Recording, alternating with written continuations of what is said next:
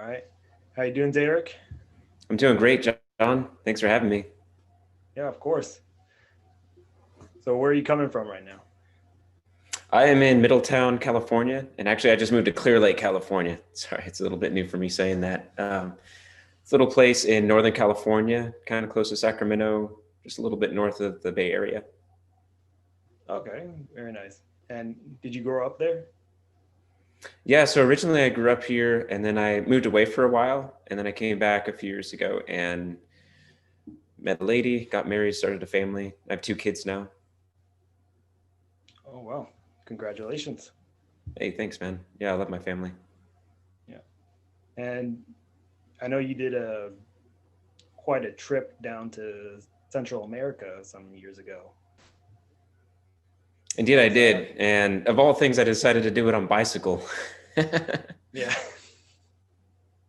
And that, I'm sure there's incredible stories to that. Yeah, man. I don't know, which part did you want to know about? Uh, Anything like what initiated that? Uh, a girl that I was really attracted to at the time. Oh, Like most good stories, that usually starts with a man chasing a woman. But in all seriousness, I had always wanted to ever since I lived in Portland, Oregon. I had talked to some other people that had traveled on bicycle power, and I was attracted to that. But at the time, I was teaching piano and I had responsibilities that wouldn't allow me to just travel ad infinitum. But then all of that changed because I decided to live in Costa Rica for 6 months. And then when I came back to the States, I met a lady and we hit it off. And then, like a few days later, she went to Colorado. And I was like, great. Well, I want to come visit you. And it's the summer. And you know what? I have a bike and some bags. Maybe I could throw it all together and go visit you. So I went from the West Coast through Idaho and Montana, and then down through like Wyoming, and then made my way eventually to the Rocky Mountains. And in between time, the lady and I fell out of contact. So oh wow. my end goal, my telos, if you will, changed. And then I realized that it was a trip that had more profound meaning than just connecting with a friend. Wow. Incredible. But then I came back and connected with some other people that I'd met on the road, particularly named Steve and Chad. And I was like, hey, where'd you guys end up? And they're like, oh, in a place called Santa Rosa, California. I'm like, oh, the place I was born. And it's only like an hour away from me now. And like, yeah. I was like, you want to keep riding bikes? They're like, yeah, sure. So we went down the coast of California. And at San Diego, we're like, gosh, I just feel like we need to keep going. So we crossed the border, which was surprisingly a really easy thing to do. We just walked our bikes across the pedestrian bridge, and boom, there we were. We were in Mexico. So we went down Baja California. Chad went home, and Steve and I went into the mainland, and we kind of zigzagged our way down Mexico and into Guatemala. And then I found out that I was going to be an uncle for the first time, and I was like, I gotta be home. So flew home in about 10 hours on the plane ride home. It took me about 10 months to do in bicycle. Wow. That's that is quite a journey down there. And I know Central America is beautiful. I've been down there a couple of times. Just like Oh, where'd you go? I went to the Nicaragua. Oh, I stayed yes. I up in was the this close mountains. to Nicaragua. Steve got to go to Nicaragua. He actually uh, continued the plan that we had to reconnect with my family and friends in Costa Rica. Oh, very nice. Yeah. So which part of Nicaragua did you go to? I was up in the mountains in a place called Jinotega. Awesome. Yeah. What was Yeah, that like? it's very interesting. It's because it's so far away from the cities, so it's really rural and definitely more poor than oh, whatever you can compare to a poor country already. So, but like the people are just fantastic and friendly, and I still have a few friends from there. That's awesome. Yeah. What brought you there? It was it was really it was a professor of mine who who had volunteered every year in the summer to go down there, and he did a presentation on what he did and the life down there, and I was about 18 at the time, and I was looking for something just to kind of like, I didn't feel like I was doing anything because I had just started university, and I was like, You're a man in search of meaning. pretty much. And yeah, but I went up to his office and I was like, hey, like, if you're going down this year, do you mind if I come? And he was ecstatic about it. Like he was amazed. Awesome. So it was a really great trip. I went down there twice, and it was awesome the second time around too. Yeah. So you've written some articles for the Symbolic World Blog, which is, well, run by J.P. Marceau, but really instituted by Jonathan Pajot. And so, and you wrote one article on story and how to, kind of like a guidebook almost. I'd say it's Mm-hmm. like, so on very a very summarized scale, what is essentially a story? Yeah, so that article was my first contribution to the Symbolic World blog, the Symbolism of Story. And I'd have to say I was really swinging for the fences on that one. By the time I was done, I think we should have turned it into like a three-parter because it was quite robust and got into some good detail. Because I was going for trying to understand the concept and the topic of symbolism that Marceau and Pajot and others in the symbolic world are explicating. But then I was trying to understand it in story because it's something that I feel called to. I think that I need to write more stories, whether they be essays or articles for the symbolic world or fiction or stories from my past. And in doing so, it was like me sharing some of the insights that I came across in the various readings that I had. And it came to the place where I realized that story contains certain hacks, if you will, to connect people with the deeper meaning. They use literary devices like alliteration or rhythm or cadence. Um, but then they also use something called symbolism, where, say, like you take Christopher Nolan films, he's classic for this, Batman or The Prestige or Inception, and he reduces the whole plot, the whole tension of the story to a single symbol. And if you think about it, like in The Prestige, it's a coin, right? And Christian Bale's character, he flips a coin and it's showing the double-sided nature of the protagonist. I won't give it away, but the coin in that story. But then if you look at Inception, it's that spinning top. Actually, all of the main characters have symbols, and it's kind of cool how he plays on that. But ultimately, it's the spinning top, and whether it topples or not indicates whether you're dreaming or not. And then, of course, Batman is the bat.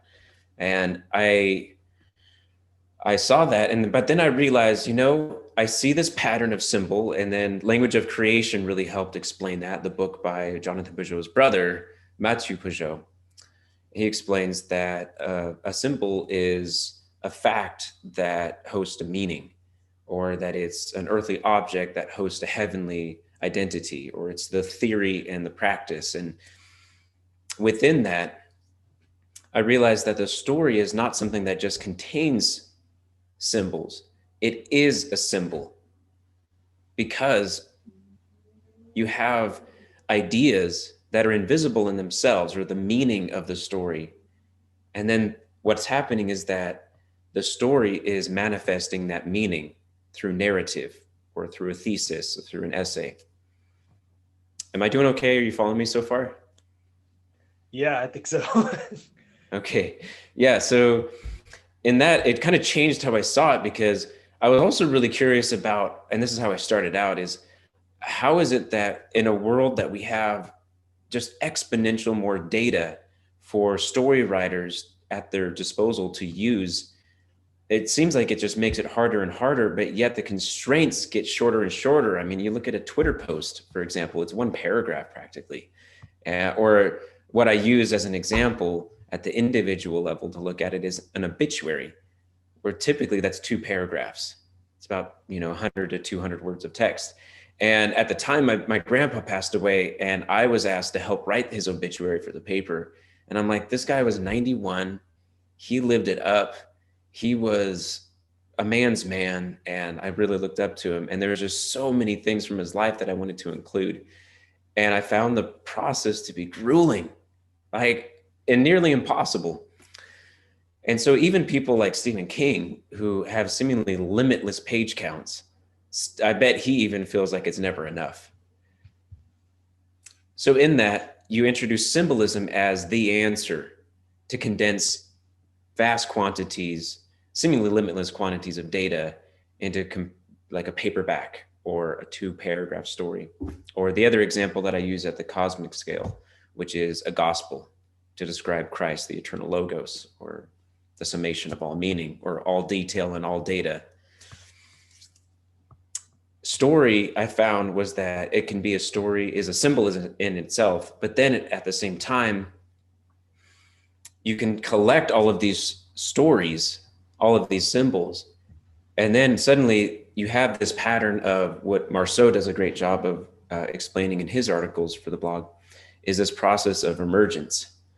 And I'll skip ahead a few steps, but what you end up with is a story of all stories. And that's, for the most part, that's where I end the article. Yeah, because there's just an infinitesimal amount of details that you can't encapsulate too much. Like even words have that. Like in certain languages, like a word can mean, compared to English, one single word can mean 3 different things in English, but it's all contained in that one word. Mm-hmm. So yeah, there's complex meaning. Does that. Mm-hmm. Yeah, then that kind of leads in the direction of like relevance realization that Vervaeke talks about. But I didn't really get into that. What I did, actually, what came of it for me in writing this out is Marceau helped with this whenever I talked with him on my channel about miracles, is that he brought up the one word took this idea to the next level of understanding, and that was perception. What my article was doing was trying to find this one element of trying to understand all of this data, or a word that has many meanings. And Marceau did a great job. He followed up my article on the blog with a really good article on perception. And in our perception, that is a thing that allows us to see what's right in front of us the whole time. And it's also what leads to revelation. But then the other thing that really helped too was a talk with James Cortides, who I hope you guys are able to talk. I would be looking forward to that for sure. And James was reading Christ, the Eternal Tao. And in Christ, the Eternal Tao, it's talking about the eternal logos, or the word. And that's really exciting to get into, because if you look at, say, a word describes many words. And then a word above that describes that word and many other words like it. So for example, I'm in an office, and a subcategory of all of the things in the office would be the desk, the chair, the lights, and the walls and the furniture. Okay, all of those things are individual things in itself. But then you say office, and suddenly what happens in your mind? There's a synthesis, and suddenly all of these things have a harmony and a melody to them that unifies their meaning. Well, you can just take this all the way up. It just scales all the way up. And then logically, you'd think, well, there has to be a word that contains all of these words. And in the context of my article, I was explaining that through the frame of stories, to where you could have many, many, many stories. Like, for example, you could zoom into someone's life and talk about 1 hour that happened in one day of a person that lived 91 years, like my grandpa, right? But you could also frame it in one story of all of those hours and all of those days and all of those details that could happen. It's just really interesting how you can zoom way in, you can zoom way out, but then at some point, right, all of these compressions of words and of stories leads to one single word or one single story. Right. It has to do with, like, for a story, it has to do with levels of importance. Like, what do you want to show in your writing? What do you want to show in this obituary? Like, what can you summarize from this person's life to give people a sense of who they were, which is quite a daunting task. Because it's like there's probably a million things that you could say, but there's also 100 million things you probably wouldn't say, just to summarize, because they're not important in that sense. So it has this hierarchy of importance already. Mm-hmm. And yeah, and Peugeot, in his book, he wrote about it as a principle is what determines how we organize all of those details or the data into what's relevant or not. And that's really helpful because whenever I go to make a video on my channel or, I don't know, write a newsletter, if I don't have a clear principle, then I'll just write about anything. And then pretty soon the page limit comes up and I'm like, or the, I don't know, 30-minute or 90-minute limit comes up to the goal or target that I had. That's beyond the level of the attention scope of my audience, let's say. And then I'm like, gosh, like I didn't walk away with something valuable, right? There's this concentration gradient of meaning or a vacuum of meaning that's not quite satisfying because it would need that principle. And so it really helped me in my writing coming up with this article because it makes it takes away some of the anxieties that a writer has of like reading, say, a 400-page book. Like, for example, I use David Bentley Hart's The Story of Christianity to talk about trying to summarize a community scale across 2,000 years. That's obviously really hard. That's like an obituary times billions. But what he does is that he has a few principles that he identifies in the introduction that act as like filters for all of the data to organize the most important parts. But then you also get into like representation. So for example, he talks about Florensky for the 20th century and Florensky so Florensky, he was able to use him and exclude 100,000 other people that were murdered during the Russian militant atheist regime of the Soviet Union. So of all the people that were executed by the communists, he chose one person and described his life in one paragraph. But he was able to do that because he set out a series of principles that allow him to make that selection. And so one person can become a symbol for hundreds of thousands of others because they convey the meaning. And that's the most important part, rather than trying to include as much data as possible. So if anything, I hope what I'm describing relieves some stress for your viewers that might be story writers out there. Just focus on that principle and allow that to filter the data and just zoom in on that and be able to discard the rest. Yeah, because when you're writing, if you're just like open to anything, it's like it makes it harder to sort in details of what you want to include. But if you have a decent concept of what you want to write, let's say like you want to write a drama or a comedy or a thriller, like you're not going to do the same for each one. You're gonna write a little bit differently.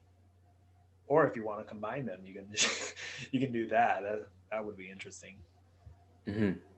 Yeah, and so as you described that, it's kind of getting into what I'm working on now, which is an essay or a series of essays for the film Arrival, 2016 film. Have you seen that one? I actually haven't, but I wanted to see it. Oh man. Okay. Well, go watch it. Okay. It's a really it's a sci-fi that is kind of set like Independence Day, to where it's the motif where instead of us going out like Star Trek to the ends of the galaxy and fighting alien forms at the edge of our known world, aliens come from the unknown world of the margins to the center or to Earth. They arrive, and then the question is, how do humans respond to them, and how do they make first contact with them? However, it drifts pretty far away from movies like Independence Day because there's not a single laser blast. It's mostly like a drama or a psychological thriller. Yeah. The reason why I bring it up, though, is because it brings up some very provoking concepts of time and how we perceive them through the frame of a sci-fi movie.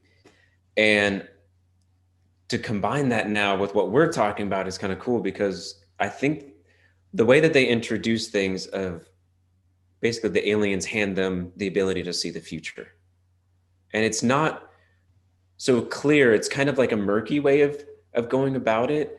But instead of seeing things strictly linearly, they are able to see things circularly, I guess you could call it, where past and future kind of weave together. But it just gets me thinking, because that's in a way what I'm describing through the work of a storyteller. A writer does a bunch of research. They find out all of the details, the data, they do their work. But then there comes a time where you flip the switch and it's time to produce something.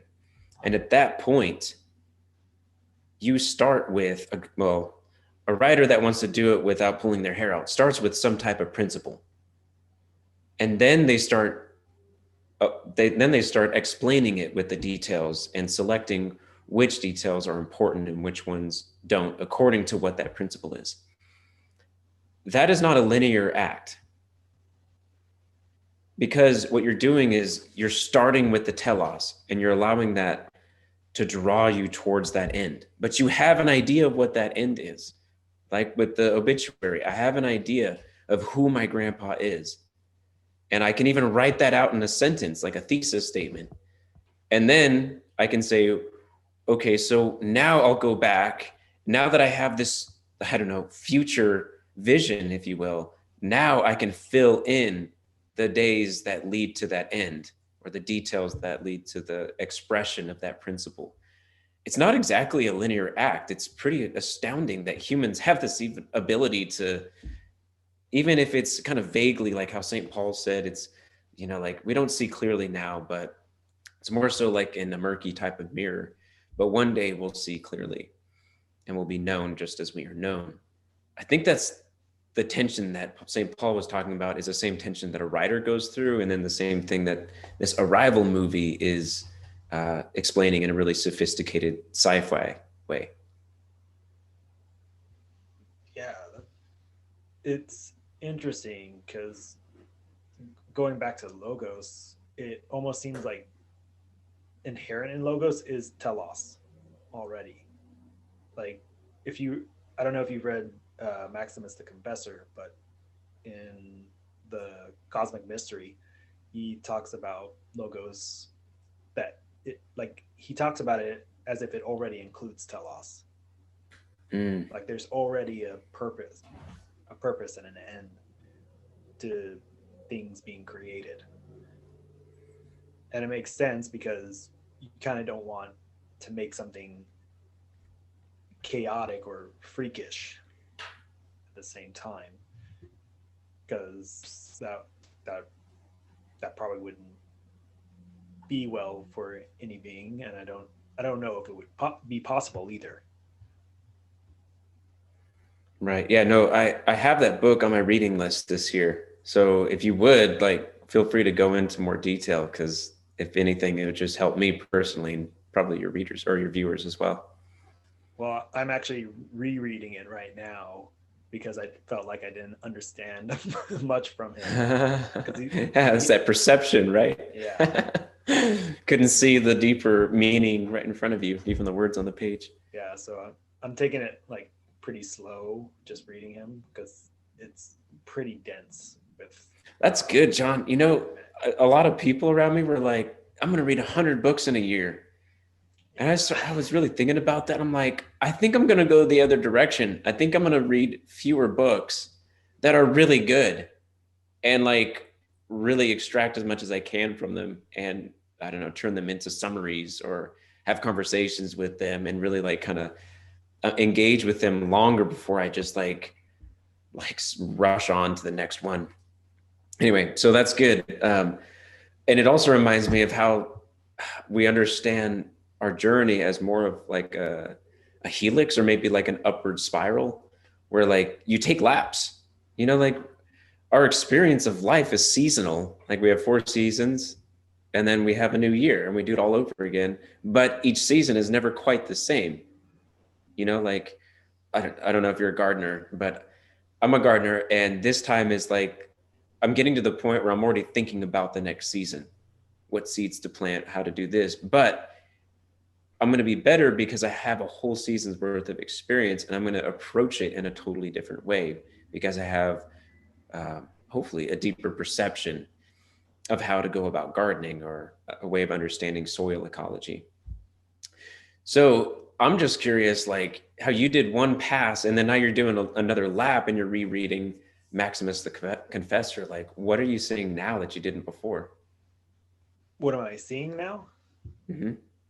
Uh, oh, that's a good question. I think I'm seeing like the connection to logos and creation a bit more, especially in how he describes it, because it wasn't obvious to me at first how it was, and uh, especially when it comes to the Bible too. So I'm like, what does logos have to do with creation? It's like it's a very hard thing to say, but at the same time, there's this obvious thing that when God says that something appears, something happens to be, and so it's already there in creation. But there's a lot more to that that just goes beyond mere appearing, I guess you would say. And so when I when I read when I read it him again, it kind of became obvious that there's an ending to things as well.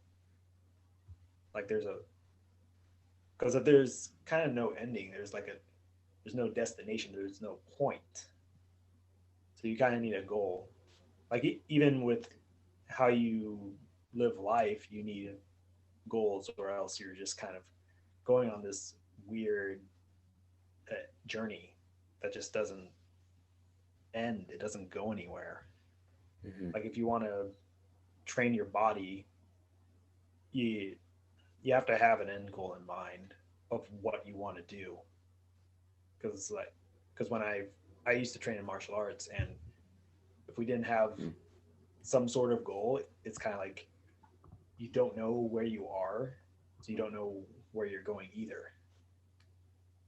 So you have these little uh, posts that you can go up, like whether it's a belt or you're getting ready for a tournament.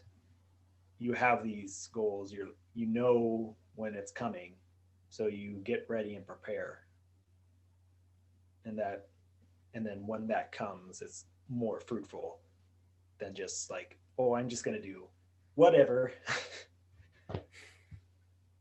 Yeah, no, I completely agree with that because I think I'm more so in the chaos side of what you're describing when it comes to my physical exercises. Mm-hmm. I do them, but there isn't like a plan.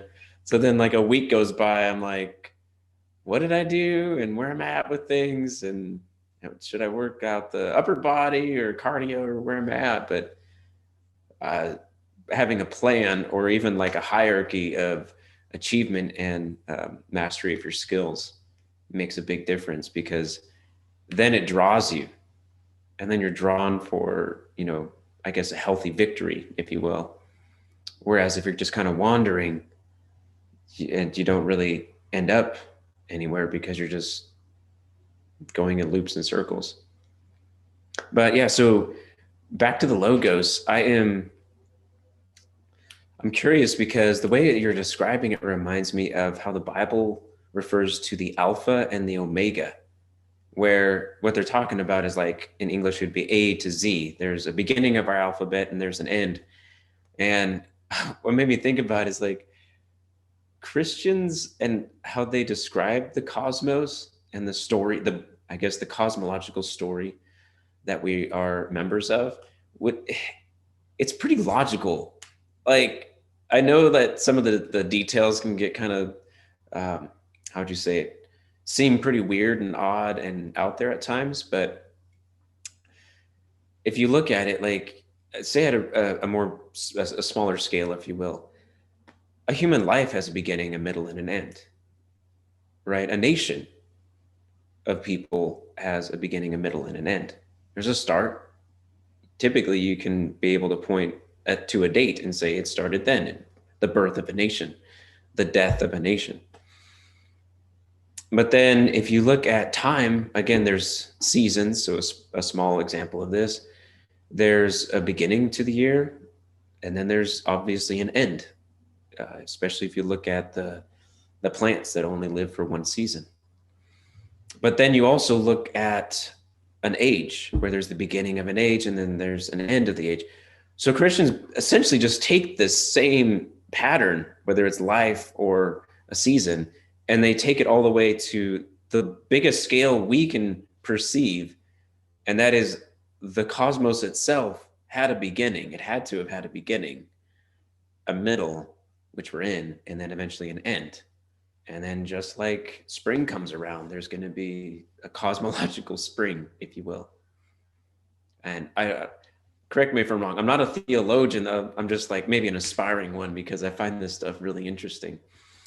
But I believe that that's essentially the Christian claim, is that there's going to be seasons of the cosmos to which the Logos was the beginning.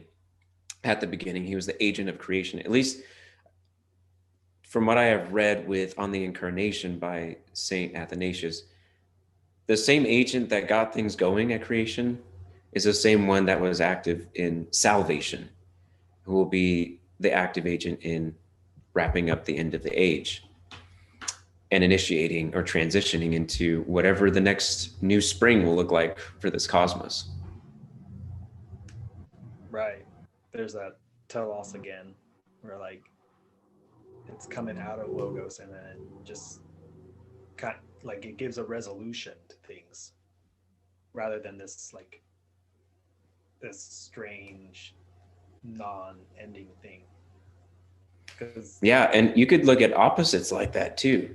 I believe it was, who was it? Gregory of Nyssa in the Life of Moses talked about how an opposite, say like death and life, they're not like as far away from each other as possible.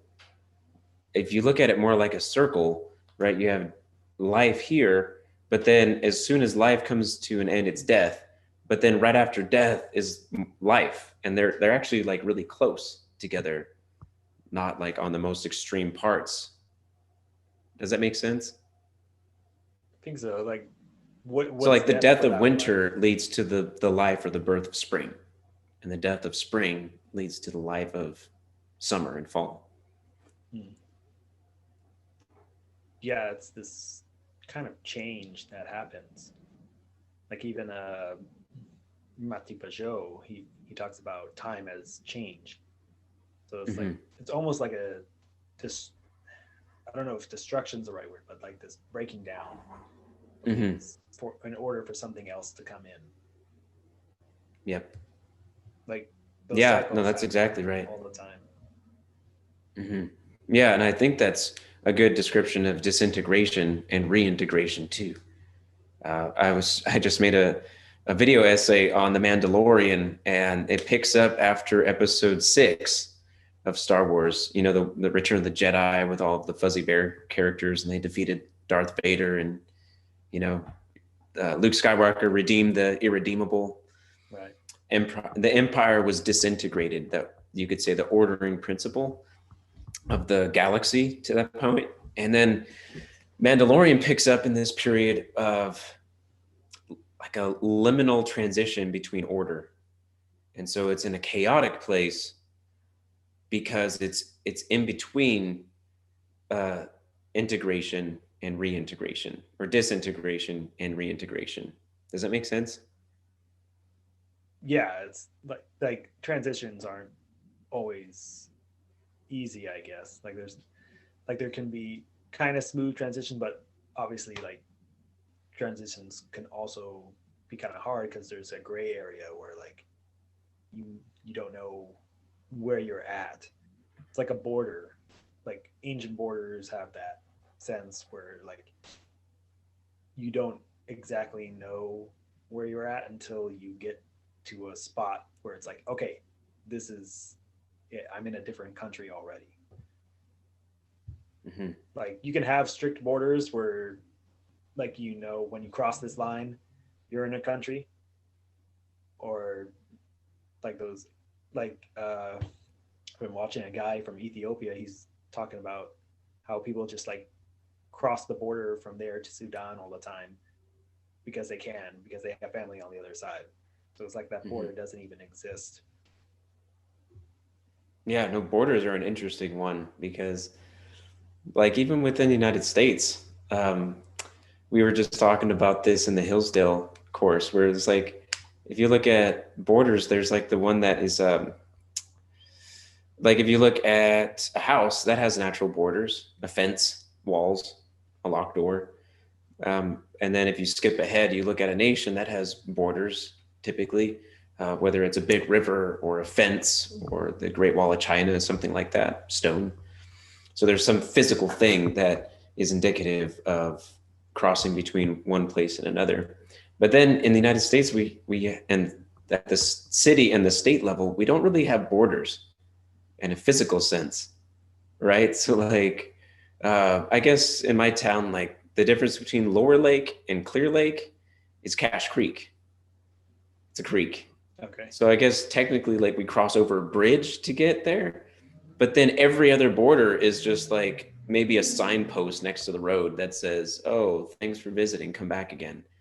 There isn't like this defensible border, we could say, which is kind of interesting. And then like, so people can come in and out, no problem, just like what you're describing with Ethiopia. So with borders, that's a way of organizing or integrating a bunch of different identities into one identity, like a nation. And that's important. I mean, nations, in a way, they're the tellers of a story that have all those components of identity and a principle. And that's really what's supposed to organize and integrate a whole nation. But then obviously, like, we're from California and the United States, and this is an interesting liminal time too. That's why I bring up the Mandalorian, because it's almost like, yeah, we're talking about a galaxy far, far away, but in a way, we're talking about the United States too, because a transfer of leadership is a transfer of the king, and perhaps like a reorganization of a kingdom, or in our case, a president, and how he integrates the political system and the social system of a nation.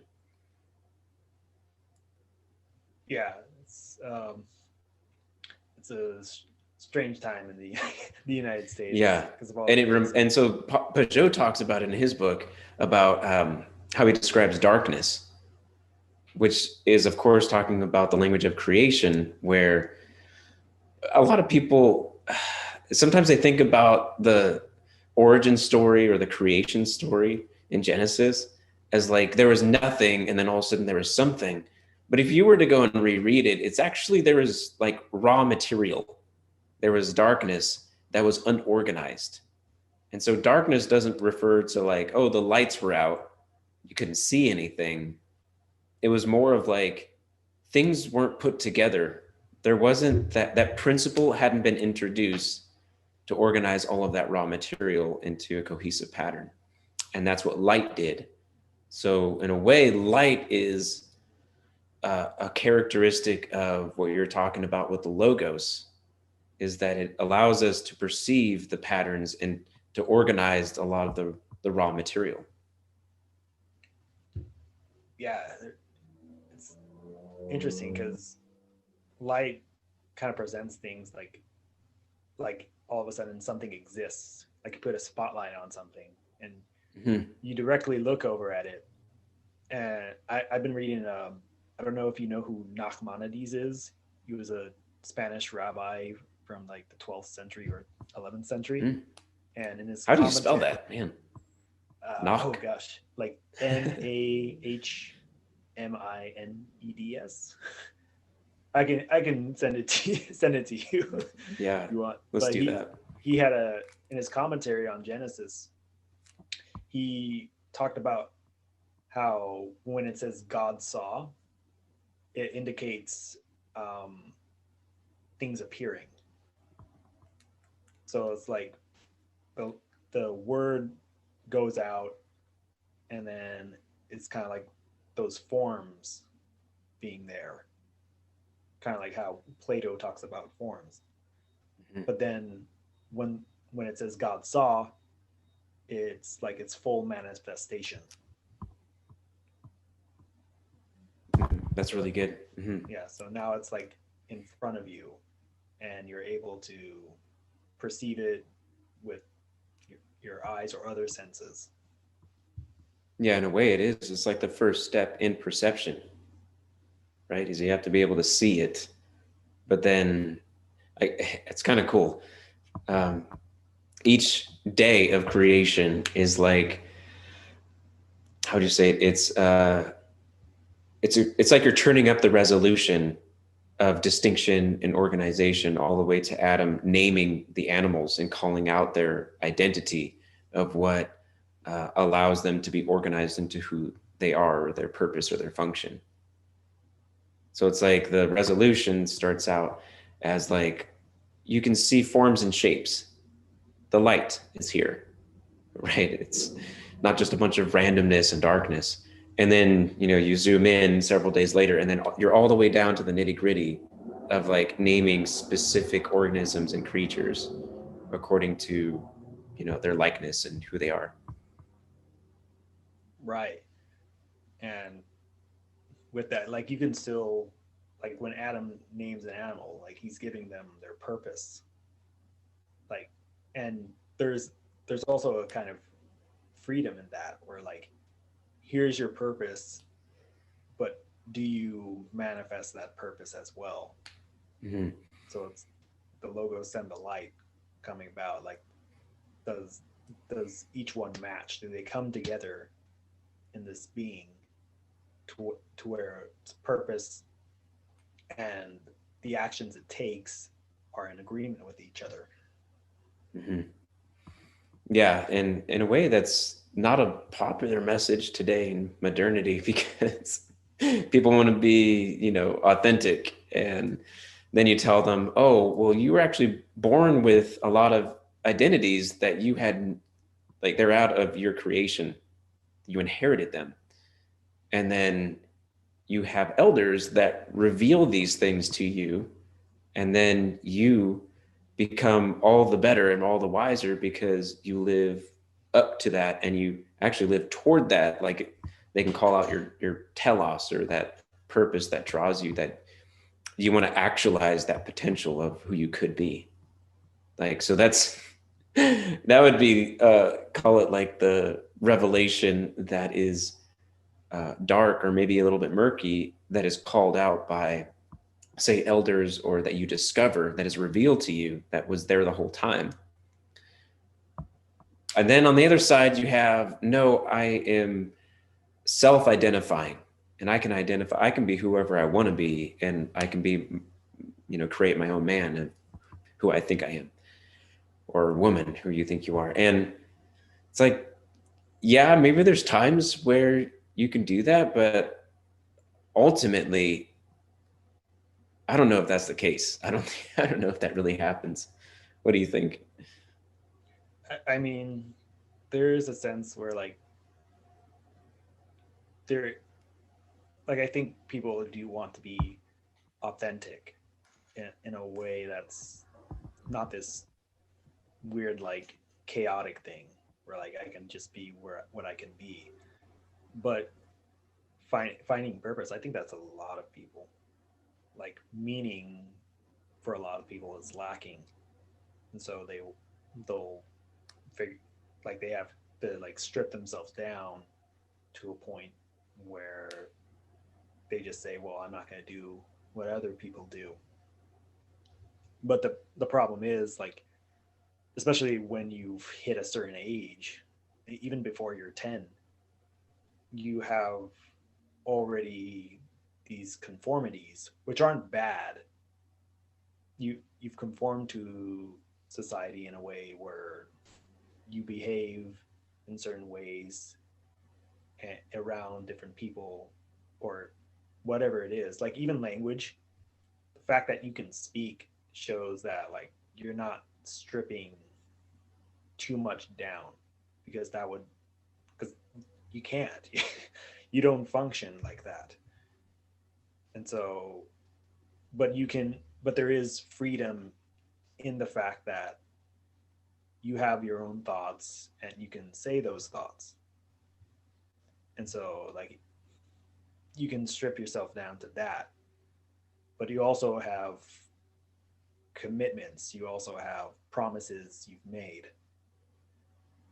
Like, where do you want to go with those things? And you know, me and you have kind of been big on Jordan Peterson, who kind of introduced us to Jonathan Pajot, and he's like, oh, tell the truth. Like that's already a constricting thing. Mm-hmm. Like, don't lie. Like, is a good place to start, because when you strip down, you eventually have to build back up. Because you're not this chaotic thing. You're a thing with meaning, and you're a thing with purpose. Yeah, that's a really good description of the process of becoming a whole person. Yeah. Where like you gotta, how does he say, you gotta strip yourself of all the dead weight or the punk wood, you know, all the fluffy stuff that doesn't have substance in and of itself, and it's just holding you back. Well, that's a process of disintegration where you let that stuff go. It can be a painful one, or maybe like a joyful sorrow. And then there's this process of reintegration where you realign yourself with principles or with the truth. And I guess this is all happening sometimes at the same time, where you're letting go of certain things while you're appropriating the truth. Or maybe it's, you know, kind of like a, you know, a squiggly trajectory upward. And the end goal, though, is that you end up becoming more of a person of substance than when you were whenever you initiated this journey. Right. Because that's where growth really comes in. Mm-hmm. And because you don't want to stay the same, you don't want to plateau. You need to grow. Like you can even see it in like a child's body. Like I think you have a couple kids. I do have a 3-year-old and a 3-month-old. Oh wow. Yeah, I love them. You can see that like with my 4-year-old niece. Like she used to not move that much when she was a baby, and then like when she hits 3 years old, she's walking, she's talking, and she's also growing in height. So like you're going to change. It's just like, and it's just, what are you going to change into? Because it's not just bodily changes, it's character changes as well. Like how do you develop yourself? You keep going down this road where it's like, it's causing you problems, and it's only going to lead to just really bad situations. Or do you kind of like stop, make a U-turn, and then try to go back up that mountain? Mm-hmm. Yeah, it also reminds me of the totem, which is a really old symbol, really old religion, where I guess the idea is within one lifetime, you have different ages or different seasons of life that are symbolized by a spirit of an animal. And so like there's going to be a season where you're going to be a wolf, right? Probably in your 20s. And then all of a sudden, eventually you end up, typically there's maybe like an eagle at the top where that resembles you in maybe your most wisest sense. You have the keenest sight, and you have maybe the highest perspective of how things come together in the world below. And I think that is pretty indicative of a journey. I was listening to Alan Watts the other day. I kind of come from like a neo-hippie background, and Alan Watts is huge in the New Age movement and that world. And I listened to a lot of them, and I was going back over it, and he trashes the idea that life is a journey. And he says that really it's all about being. It should be more of a dance. And then he continues to bash it, and he says, because then if you turn it into a journey, then it just becomes a competition, and it becomes a race, and then you're just trying to get to a destination, and instead of like just being and living and breathing and enjoying. Mm-hmm. I think he took that too far. I do think it's a journey, but just in a different way than he's approaching it. And I don't think it's a race. I do think it's a dance too at times, but I don't think that's the only thing, because of what we were just talking about of telos, where we don't just kind of dance in circles, so to speak. Maybe we do, but we're like dancing in a way that's getting closer to the top of the mountain. Maybe that's the fairest way of correcting what Alan Watts would say. Yeah, I think like the image of journey can probably be misused. Like if your only goal is to hit a certain spot, it's like, well, you're hitting that spot for a point. You're going there for a reason. And so, yeah, well, what about like a Saturday hike? Like not exactly racing or trying to get a personal best time. Right?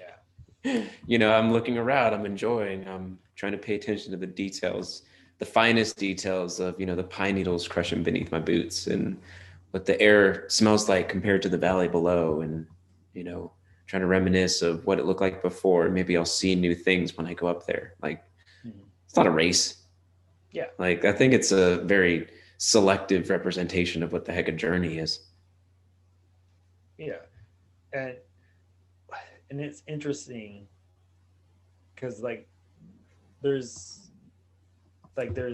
plenty of road trip movies like out there that you don't see it like going from point A to point B only. You're going with them on this journey, but all these things are happening to them at the same time, where they're trying to get to a place, but all these problems are also coming with them, and they're trying to like just get rid of them.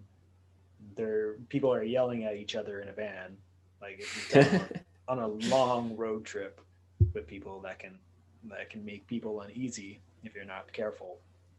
So like you can develop character too. So it's kind of showing like ways in which, like, let's say like people from like opposites come in and they just happen to be going to the same place, and one person annoys the other. It's eventually they can come out as friends on the other side as well, because they took that that struggle together to get to a place. So like the journey, that's well said. It's a good point. Yeah, the journey is important, but you're also like it doesn't necessarily have to be a competition. Like you're going to a place. If you're going with someone, you're going together. You're not trying to outbeat this person.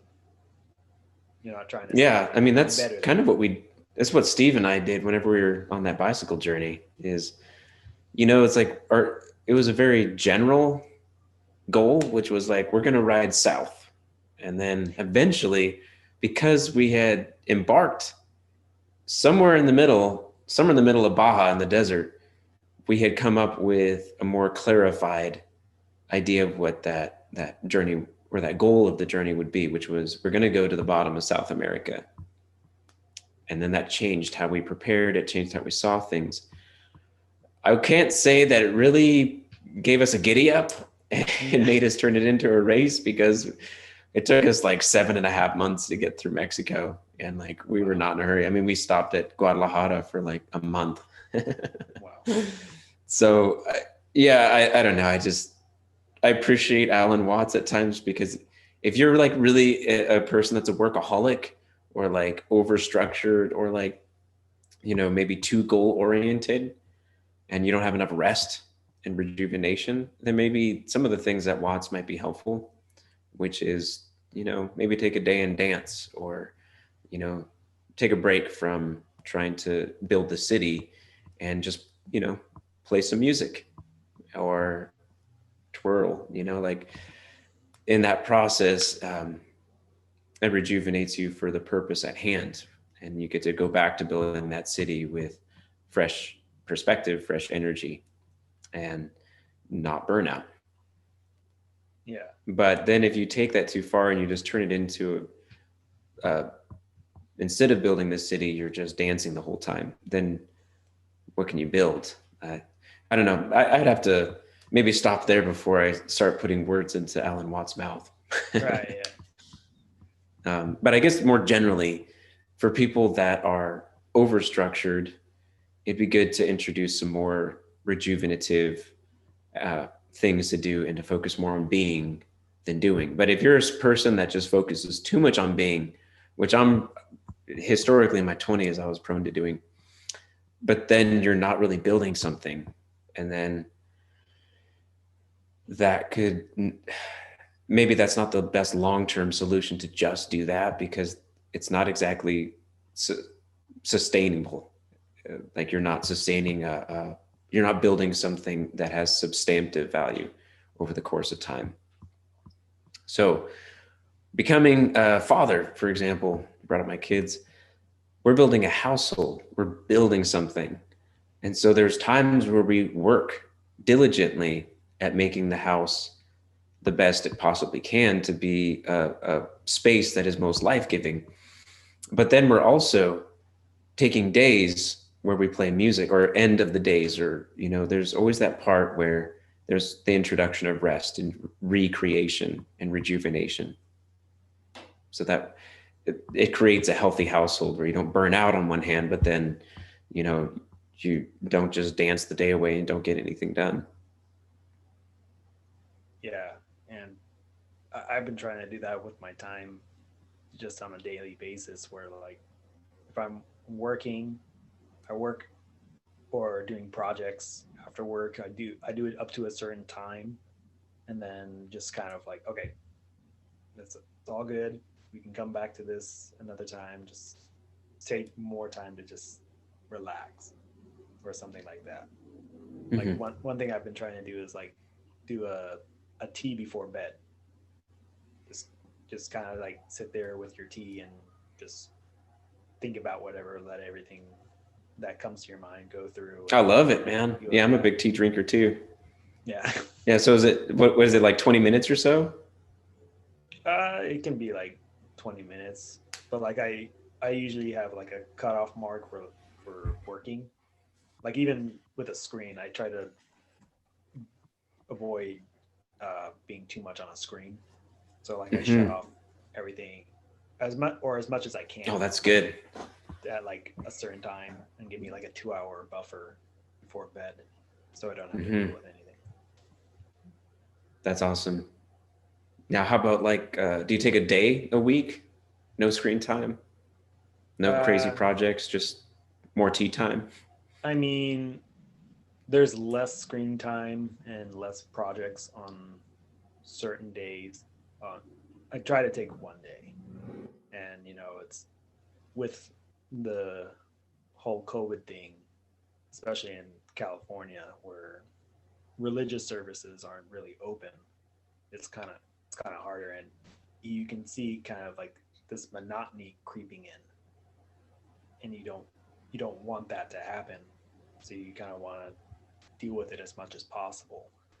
So I Mm-hmm. so I restrict it down to like, okay, I'll just, if I want to watch something, I'll watch it. But I'm not going to like start writing and do a project or work. Like if it feels like I'm working, it's like, it's probably not a good idea. Mm-hmm.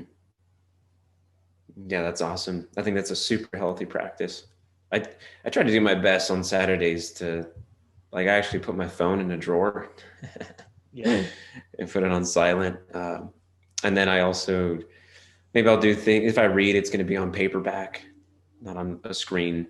And maybe like the family will watch a movie or something, or try to do more like relational things. So sometimes it involves a Zoom call nowadays. Mm. But by and large, I prioritize the things that are in person, or the things that have nothing to do with digital world or work or screens. Right. And even perhaps like don't engage, like if you're reading a book, don't engage with things that will perhaps make you a little tense or angry, because like Yeah, that's right. like Yeah, the genre matters.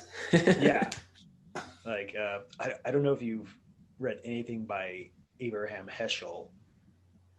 He wrote a book back in the 50s called The Sabbath, which is a Oh. fantastic book because he deals with the Sabbath as what he calls a cathedral in time.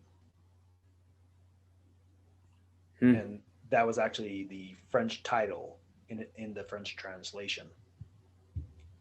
And so he deals with it, and like because he's passed away now, his daughter writes introductions to his books, and That's she cool. like when the Sabbath came, because he was also a philosopher. He wouldn't read philosophical books. He would read like more religious texts on that day. And so Mm-hmm. it's very interesting, kind of like this change of mind into rest, Mm-hmm. into that into that place where time is more manifest rather than Yes, right. space taking over, because you don't want to have too much space Mm-hmm. because it can stagnate and become a real burden. So you have this little thing here with time that kind of, it's like a release of tension. Mm-hmm. So it was very interesting reading that, and that's always left an impression on me. Yeah, that's an awesome reference. I'll have to check that out. Because I like to read books that talk about the Sabbath or resting on Saturdays, or on the Sabbath rest day. Because then it's like, okay, it gets me focused, but then it also gives me maybe a frame of how I should even approach the day. Right. Yeah, because Yeah. it's, again, it's that context, that principle that happens where it's Mm-hmm. like, okay, here's a little bit of a constriction that you can do. You're not going to do all these things. And it's not because so you merely go back to work, but it's like it's for you. Mm-hmm. Because I mean, in the New Testament, it talks about the Sabbath being for man rather than man for the Sabbath. Mm-hmm. So it's Yeah. like it's allowing a space for you to just be able to take pleasure in something, not like Mm-hmm. this weird pleasure, like almost Maybe like a to slow sexual. down enough to appreciate beauty, right? Yes. Because you have to slow down for that. You can't just do a flyby, like click your smartphone and, review it later. Maybe, probably not. It's more so of like, no, you actually really have to like slow down the pace of your being in order to appreciate the details of reality all around you. But especially to take a break from screens, particularly because if you think of what our devices are doing, our laptops and our phones, tablets, is what they're doing is they're literally creating a frame to see the world. And of course, all of the contemporary things like, say, Facebook, that's creating a frame, right? Google is a platform of frames. And actually, kind of the scary thing is that now they're the arbiters of who gets to frame and who doesn't, right? Because they're canceling and nuking things like Parler or whoever else that's going to compete with them. Right. I think it's good to take a break from that. And maybe, I don't know, maybe people are just going to rest from all of that altogether. We'll see. Right. Because yeah, there's a lot of people who are like questioning whether they want to be on Facebook anymore. Want to go to alternative sites that can host them. I know that Discord's big, but also Minds is a new upcomer.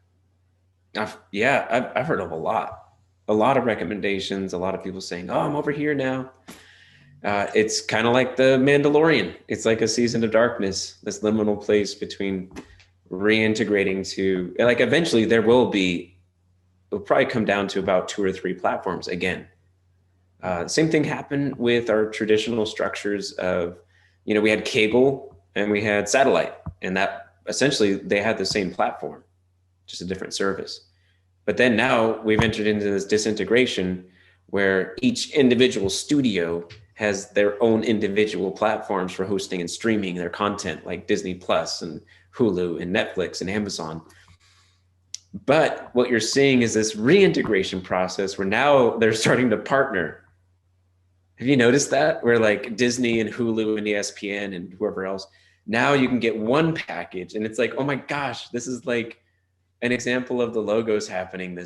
We're going to introduce a new principle that's going to organize these 3 or 4 platforms of streaming into one package. And then pretty soon that package is going to partner with another package.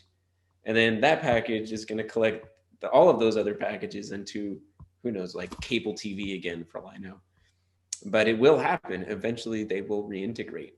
And it's the same thing with social networks and platforms right now, where you kind of disturb the old hierarchies, and then there's this kind of return to raw material. And then now we're seeing it being built up, where there's just tons and tons of options. In The Mandalorian, it's like a season of lawlessness, which is a synonym for darkness too, where there's like a bunch of mini tyrants and a bunch of like guns for hire, right? The bounty hunter guild.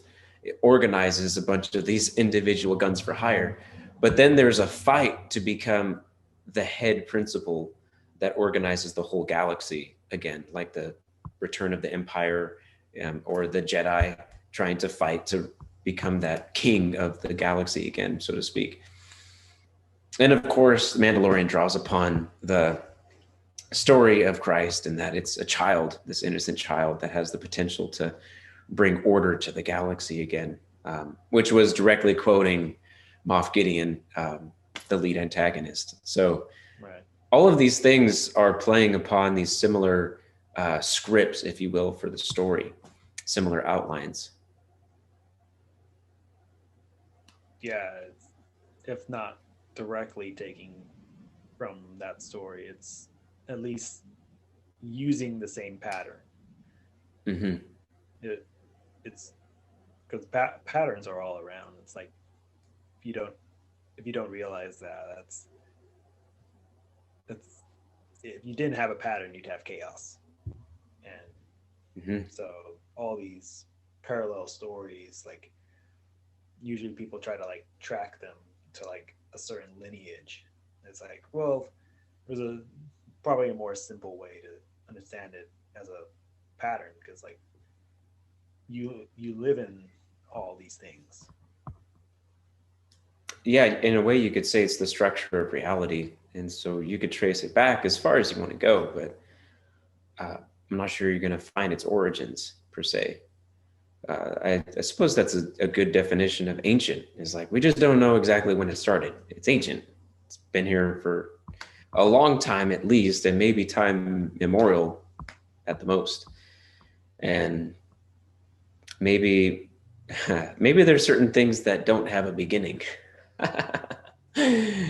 Truth being one of them, right? Or the logos being another, where there had to be something that organized all of these things to even initiate a beginning. And that's, I guess, a very basic step of logic that you could say that Christians have laid out for other people to help us understand reality. I don't know, some people might push back on me on that, but that's how I see it. It's like Christianity is doing its best to try to combine, I don't know, maybe a lot of different multiple disciplines that we have words for nowadays, but they're like whatever we can to engage with the initiator of reality, but then also explain the functioning of reality. And part of that is who we are and how do we act in the world. Those are the type of things that religions are after, especially Christianity. And then I guess within there somewhere, you would have, I guess, science in the pre-modern use of the word, right? Like what we're learning in our Hillsdale College Introduction to Western Philosophy group. Yeah. That we get together on Discord to discuss everything. And it's just interesting how part of the thing we learned in that course, when you learn philosophy like Plato, Aristotle, Aquinas, is that science was a bigger word. Science was like scientia. It's like we're trying to get to the ultimate things. It's like knowledge, and we're trying to find out how everything works. And then somewhere in like enlightenment, pre-enlightenment period, it's like it shifts over to like, no, we're going to separate being and doing, I guess you could call it. And then we're going to name one science and the other one's humanities. And humanities is like, yeah, it's all, we're kind of like making it up, and it's not really the thing that explains reality. And then over here, the scientific method is understanding how things come to be, and it's empirical, right? We're learning that this week. It's empirical, so therefore it's the most fundamental truth that we can be certain about. But then, of course, if you dig deeper and look into what the ancients or the people said of old, and it's like, no, that's kind of a narrow way to look at it. There's a bigger, deeper, higher perspective that does a better job explaining the story of reality. Right. And it's interesting too, where like these kind of ancient concepts are kind of making a comeback too. Seemingly so. Like when I was still in college, I took a psychology course, and we were discussing like anger, because that's like one of the things that's been so studied in psychology, like ad nauseum. And some of the recommendations of dealing with an angry person, they mentioned that I had read about in like older texts, because psychology is interesting because it has to deal with a person. It doesn't deal right, a subject. It doesn't deal with them as like a mechanism. Oh, that's interesting. Right, it's not just an abstraction, right? Yeah, and so like that's what the ancients were dealing with too.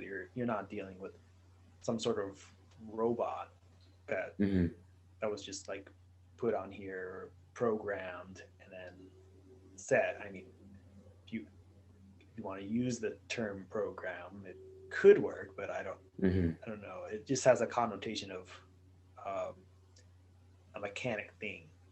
Right. Or even like a lofty thing, like an idea of ideas, a disembodied idea, you could say. Yeah. But they're dealing with a subject, a person, Yeah, go on. Yeah. It was interesting because like I read these things when I was younger. I'm like, wow, that's what like this person in Israel said like years ago, like centuries ago, 2 millennia ago. So I'm like seeing this, I'm like, well, do people know this? Like, are they aware that that's what people said? And it's just in a way, coming in. Why are we so fascinated with the new? Right? Why is that part of our nature, that we're just like mesmerized by the new? maybe it has the element of the foreign, and we're drawn to the potential of what it could be, but also has the potential to be dangerous. But for some reason, maybe we're just not well trained to think like that. But then if you were to say, like, that's what just is incredible about some of these other, like these religions, like that are centered upon tradition, right? And so, like, I think of Eastern Orthodoxy, the Eastern Church, and their approach is so different because it's how do we hold on to what was passed on to us? Like tradition, like in the big T sense, not like cultural norms and values that kind of shift here and there, but in the biggest sense, they want to hold on to the things that they received. So it's almost like they approach it as guardians, which is interesting because my background, the church I grew up in, which was like evangelical, kind of like Assemblies of God, it's almost like they're pioneers, and they're always after that which is ahead and what's the new thing. What's the new thing that God's doing? It's like, kind of feels like we'll loop back around, kind of like we talked about the opposites not being so far away. Yeah. But I think that maybe we're just getting caught up in modernity where we are fascinated with the new for some reason. And we don't give a whole lot of weight to the old, even if the old is, thought over generations and generations. And it has been tried in fire for 2,000 or 3,000 years. And it's still with us, and it still has an incredible value of explaining reality. And we haven't been able to discard it so easily. It just keeps coming back, and it just doesn't go away. Yeah. Yeah, I think it goes back to like what we talked about Alan Watts, his description of dancing. Like dancing is just kind of like this it deals with time too. Mm-hmm. So like dancing, you're dancing in time, and time is this kind of breakdown. So perhaps like new can also be this thing it's breaking down the old.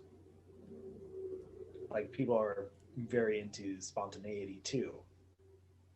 And so because I think people know that habits can restrict people from doing certain things, and which is true, because if you're too habitual, you don't know how to react when things surprise you. Mm-hmm. And if so, you don't want to be too constricted, but at the same time you don't want to go to the far end of things where you're so spontaneous, you don't have a structure to yourself. And so like Mm-hmm. when something that has more structure, you come into contact with something that has more structure, and it's like who's going to win? Mm-hmm. Probably going to be the thing that's been standing for a while. I mean, that's the big thing in like the business productivity world. Like people that are really into time management and creating systems that are efficient and effective. I mean, the new thing now is like, according to the old motif of the only thing constant in life is change. It's like, yeah, well, that statement is a static statement, right? Or it's a statement that doesn't change, if that makes sense.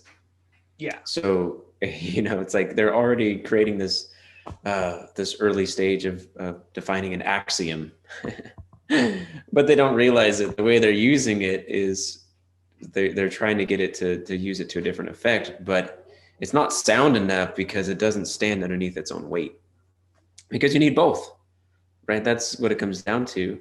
We need a little bit of change, and we need a little bit of consistency, things that change not. And then we also have things that are familiar and it's dependable. But then we also have things that are foreign and we're not quite sure about.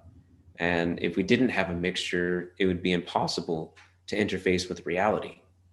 And it would be impossible to, so for example, like in the body, if we look at change and constants, we could call it, in the body is, there's several things that don't change about it, right? We have bones, we have skin, we have eyes, we have a form. And unless you eat at McDonald's every day, it probably won't change too dramatically in a short amount of time. But then there's also things that change, right? We rejuvenate our cells, every cell in our body every 7 years, which is kind of interesting. Back to that totem, spirit animal change every 7 years. So technically we're always changing, but we're always the same until we die. That's when we actually transform. Like at least the material components of our body turn back into soil. The top 13 elements in the human body are the same top 13 elements in soil, right? So we have this ordering principle that organizes, like you can call it the breath of heaven, that gives a pattern, a blueprint of how to form the molecules and the components of soil into a human body, and to keep it into that form for as long as it's has a soul and a duration. And then once that identity is gone, once we die, and you could say that principle goes back up to heaven, or it leaves the body, and then over time we turn back into soil. So my point there is that, so for as long as we're alive, we're the same thing, we're same, but we're also constantly changing. And even then, that's kind of a paradox, constantly changing. I say this in a way of provoking confusion because it's both. It's always both. It's always a mixture of both. And that's where, like, the business world, I'm like, maybe you guys should have a few more philosophers in the mix to help balance you guys out, because otherwise you guys are going to be like a body that works. And what happens there is, how would you call it? You fall apart because you start crumbling and breaking. But then at the same time, if you go back to like Alan Watts and you're kind of lost in the vicissitudes of time and just dancing all the time, or maybe you're not moving enough, that creates atrophy. And then you fall apart because of atrophy. So either extreme, you're falling apart, you're disintegrating.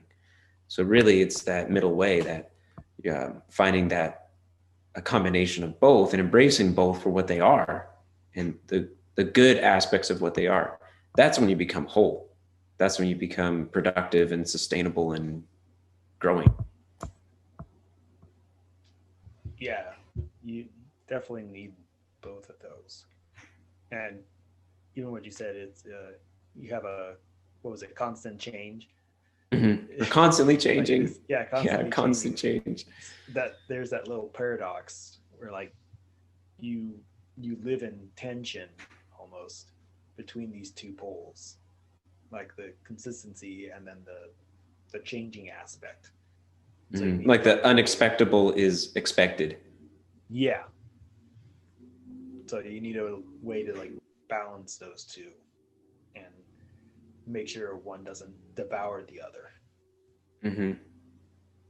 Yeah, it's the waves of the sea crashing upon the dry land, and these two forces. I don't know. There's this kind of liminal place, this shore where it's not quite solid ground and it's not quite water, but it's sand in between. All right, man. Well, speaking of rest, I think it's time for me to go play some music and dance with my 3-year-old daughter. Fantastic. After a long day of work. All right. Well, yeah. So is there anything else you wanted to bring up, or a way that you wanted to wrap this up? Well, what do you have going on for yourself? What can we expect from you that's coming up?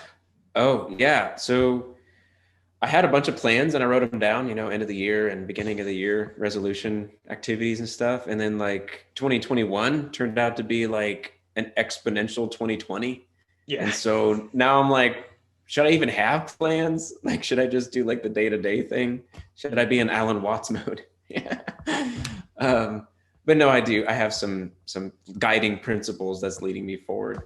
One is that I just launched a newsletter that will have 2 releases every month. So every other week, I'm going to come out with I'm calling it the Monday Mole, which is a Mexican dish that combines like a bunch of different ingredients that seem like they wouldn't go together into this delicious chocolate, savory, sweet, spicy delicacy. It's one of my favorite things to eat.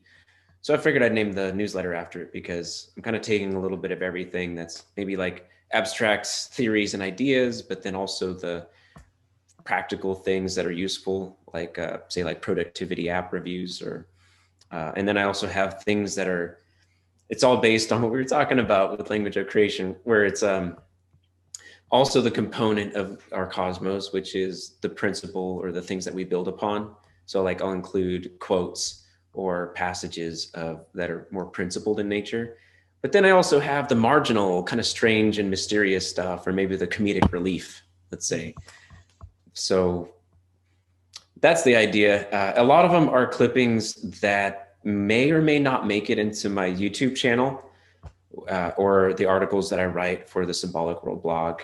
I'm also going to be releasing or opening up derekjfiedler.com, a website where, I just need a place that's more solid ground as a platform within the frame of our screens to release content without like constantly being worried that it might get canceled or I might get put on timeout, like on Facebook or even YouTube. Man, I don't know. There's just kind of this feeling of like your days might be numbered. I don't know. But with YouTube, I'm working more, I'm collaborating more, especially with Pano, who's a really great video editor. And so he and I collaborated, and our first release was the Mandalorian video essay.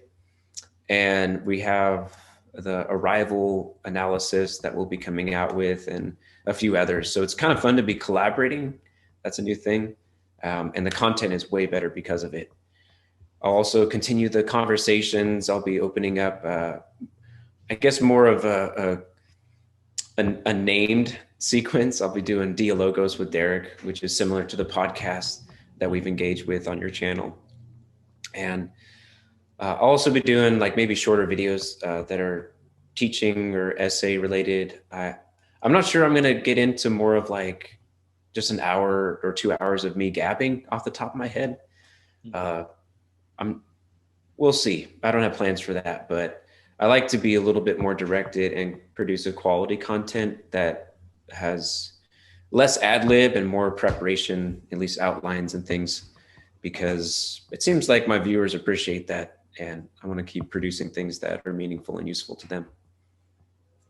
Yeah, I think conversations are very nice where like people are bouncing off each other, but like when you've worked on something that you've given a real thought to, it's more in depth and it's perhaps more edifying sometimes. Mm-hmm. I've also thought about releasing some other material. Like I have an audiobook of another journey that I did, a 10-day journey in the backcountry of Northern California.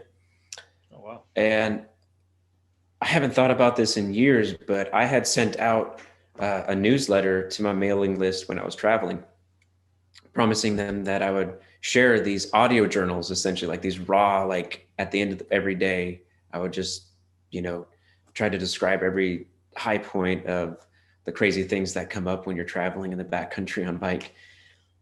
And I've actually really seriously considered releasing that. And it's a bit vulnerable. So I don't know, like I'm becoming a little bit more comfortable with being uncomfortable with sharing more of my past.